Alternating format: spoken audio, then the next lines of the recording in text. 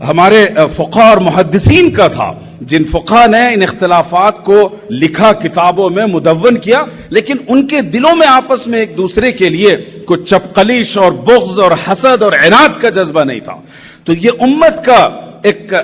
Trend رہا، ایک practice رہی ہے کہ ہم اختلاف کو قبول کر کے جیتے رہے ہیں، لیکن آج انہی اختلافات کو ہوا دے دے کر مسلمانوں میں انتشار پھیلانے اور ان کی صفوں کو توڑنے کی کوشش کی جا رہی ہے۔ اس لیے میں دستبستہ اس موقر اسٹیج اور شہنشی سے تمام علماء کرام اور قائدین ملت سے یہ گزارش کروں گا کہ ہم علاقے میں یہ جا کر عہد کریں کہ جو ہمارے پبلک پلیٹ فارمز ہیں، سوشل پلیٹ فارمز ہیں، وہاں پر ہم اپنے ان اختلافی مسائل کو ڈسکس نہیں کریں گے۔ درسگاہوں میں پڑھائیے، علمی اور اکیڈمک چیز ہے، پڑھانا چاہیے، اس سے انسان کے اندر فقہی اسکل ڈیولپ ہوتی ہے، اجتہادی اسکل ڈیولپ ہوتی ہے، لیکن ان کو بنیاد بنا کر ایک دوسرے پر چھینٹے اچھالنا اور فرقہ بندی کو ہوا دینا، اس کی شریعت میں کوئی گنجائش نہیں ہے، بلکہ مجھے کہنے دیجئے کہ یہ گناہ ہے،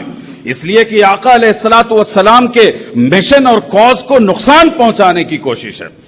دوسری بات، اللہ تعالیٰ نے اس امت پر یہ احسان کیا کہ مساجد کا ایک ایسا سینٹرلائز سسٹم عطا کیا ہے جو دنیا کے کسی مذہب کو حاصل نہیں ہے۔ آپ جانتے ہیں کہ یورپ میں کلیساؤں کو فروخت کیا جاتا رہا، آج بھی کیا جا رہا ہے۔ امریکہ اور یورپ میں بڑی بڑی مسجدیں ان کلیساؤں کو خرید کر بنایا گیا ہے، لیکن خود ہمارے شہر میں، آپ کا یہ شہر مسجدوں کا شہر ہے، بہت ہی خوبصورت اور تاریخی مسجدیں آپ کے پاس ہیں، لیکن مسجد کا جو یہ پرائمسس ہے، جو 50 لاکھ 60 لاکھ 70 لاکھ، اور اگر کسی نے اپنی شان و شوکت کا اظہار کرنا چاہا تو کئی کروڑ کی مسجد بنا دی،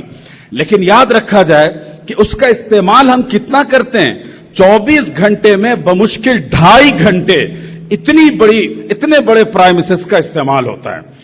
اللہ کے رسول صلی اللہ علیہ وسلم کی سنت و سیرت کا مطالعہ کیا جائے، میں پورے شعور کے ساتھ، پوری آگہی کے ساتھ، کانشیسنس اور کانفیڈنس کے ساتھ یہ بات کہتا ہوں کہ انسانی تاریخ کا سب سے بڑا انقلاب رسول اللہ صلی اللہ علیہ وسلم کے ذریعے آیا، اور اس انقلاب کا مرکز تھا آقا علیہ الصلوۃ والسلام کی مسجد نبوی۔ تو مسجد نبوی سے اتنا بڑا انسانی اور عالمی انقلاب برپا کیا گیا کہ آج ہم اس پرائمسس کا بہتر سے بہتر اور زیادہ سے زیادہ استعمال کر کے یہ انقلاب اور اصلاح کا فریضہ انجام نہیں دے سکتے۔ ہماری مسجدوں میں قانون شرعی ضابطوں کی رعایت کرتے ہوئے ٹیوشن سینٹرز ہونے چاہیے، ماڈرن ایجوکیشن کی تعلیم فراہم کی جانی چاہیے، مکاتب کا مستحکم نظام ہونا چاہیے، اور اس کے ساتھ ساتھ سوشل اور ویلفیئر جتنے کام ہو سکتے ہیں مسلمانوں کی اصلاح اور ریفارمیشن کے لیے، ان تمام کاموں کو ہم مسجد کو مرکز بنا کر سکتے ہیں، اور ایسی مسجدیں الحمدللہ حیدرآباد اور میسور اور مختلف علاقوں میں وجود پذیر ہو رہی ہیں۔ میں گزارش کرتا ہوں کہ آپ حضرات اور خاص طور پر جو مسجدوں کے خطبہ اور ذمہ داران ہیں، فیصلہ لیجئے۔ یہ وقت فیصلہ لینے اور عمل کرنے کا ہے، سوچنے اور سننے اور سن کر آہ اور واہ کرنے کا نہیں ہے، کہ ہم اپنی مسجدوں کو تمام تر تعلیمی، اصلاحی اور بیداری پیدا کرنے والے جو پروگرام ہیں شرعی ضابطوں کی رعایت کے ساتھ، ان سب کو ہم اپنی مسجد میں نافذ کریں گے، اور وہاں سے سماج کی فلاح و بہبود کا فریضہ انجام دیں گے۔ ھذا وصلی اللہ علی سیدنا محمد وبارک وسلم والحمد للہ رب العالمین۔